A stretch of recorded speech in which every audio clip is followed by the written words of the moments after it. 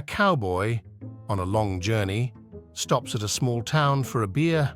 He ties his horse up outside the saloon and enters.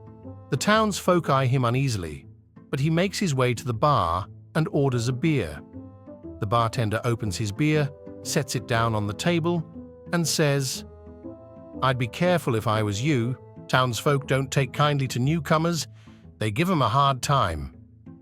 "Is that so?" replies the cowboy as he rests his head on his fist and sips his beer. The bartender turns around, rolling his eyes. The cowboy finishes his beer, then decides to carry on his journey. However, as he steps outside, he finds his horse is missing. The cowboy storms back into the bar, draws his pistol, and fires it into the ceiling. Then he yells, "All right, which one of you sidewinders stole my horse?" The townsfolk looked between each other and then back at the cowboy. You could hear a pin drop. "So nobody knows? All right, well, I'm going to have myself another beer. If my horse still ain't there when I'm done, I'm going to have to do what I done in Texas. And I don't like having to do what I done in Texas." The cowboy finishes his beer, goes outside, and like magic, his horse is back.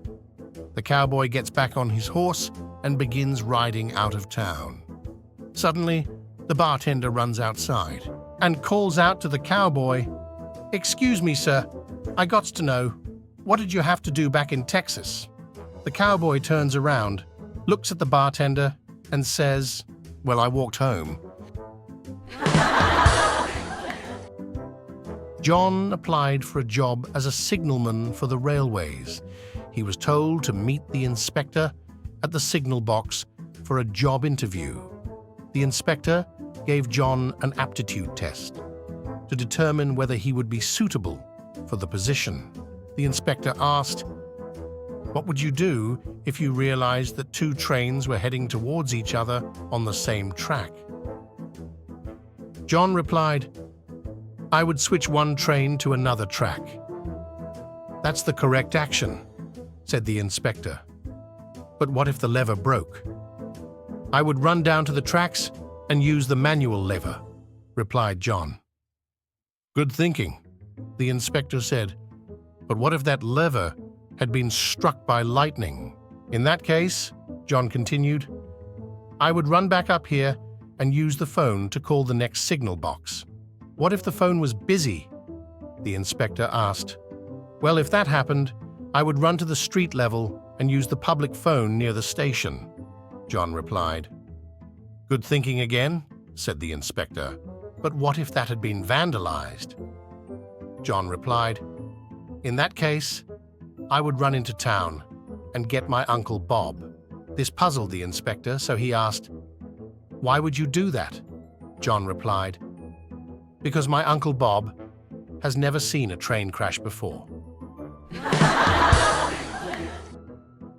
Two little boys walk into a drugstore. One is 9 years old and the other is 4. The oldest boy grabs a box of tampons from the shelf and carries it to the register for checkout.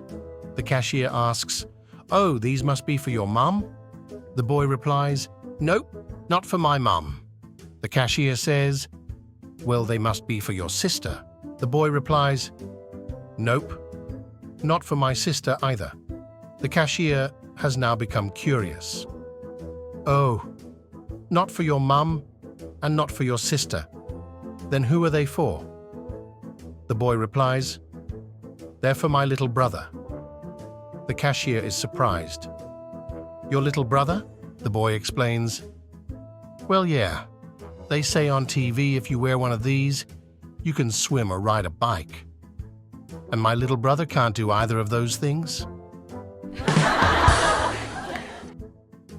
A photographer from a well-known national magazine was assigned to cover the fires at Yellowstone National Park.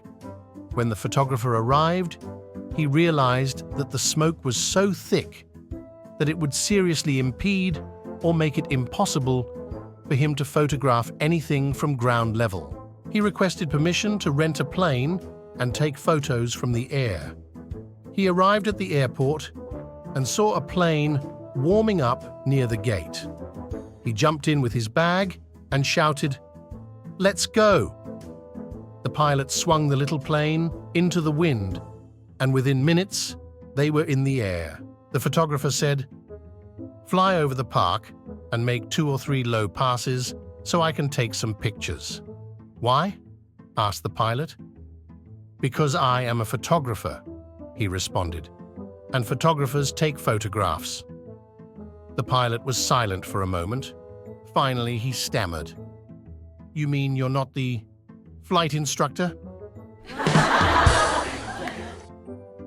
A defendant was on trial. There was strong evidence indicating guilt, but there was no corpse. In the defense's closing statement, his lawyer, knowing that his client would probably be convicted, resorted to a trick. "Ladies and gentlemen of the jury, I have a surprise for you all," the lawyer said as he looked at his watch. "Within 1 minute, the person presumed dead in this case will walk into this courtroom." He looked toward the courtroom door. The jurors, somewhat stunned, all looked on eagerly. A minute passed. Nothing happened. Finally, the lawyer said, "Actually, I made up the previous statement. But you all looked on with anticipation. I therefore put to you that you have a reasonable doubt in this case as to whether anyone was killed. And I insist that you return a verdict of not guilty." The jury, clearly confused, retired to deliberate. A few minutes later, the jury returned and pronounced a verdict of guilty. "But how?" inquired the defense lawyer. "You must have had some doubt. I saw all of you stare at the door." The foreman of the jury replied, "Oh, we did look, but your client didn't." When Bob and Steve met each other on the street one day, Bob noticed that Steve had a terrible cold. "Have you seen a doctor about that cold?" he asked. "No," said Steve, "but I probably should. Do you know a good doctor?" Bob gave him the name of his own doctor and assured him that he'd be in good hands. About a week later, they met again, and Bob wasn't sure if the cold was really better. "Did you see my doctor?" asked Bob. "Oh, yeah," Steve replied. "He was a really nice guy." "Well, did he give you something to help your cold?" "Sure did," Steve answered, somewhat enthusiastically. "He told me to drink a big glass of fresh orange juice after a hot bath." "Well, did it help?" Bob asked hesitantly. "How do I know?" Steve replied. "I haven't even finished drinking the bath yet." My friends, if you want to watch other funny jokes, subscribe to the channel.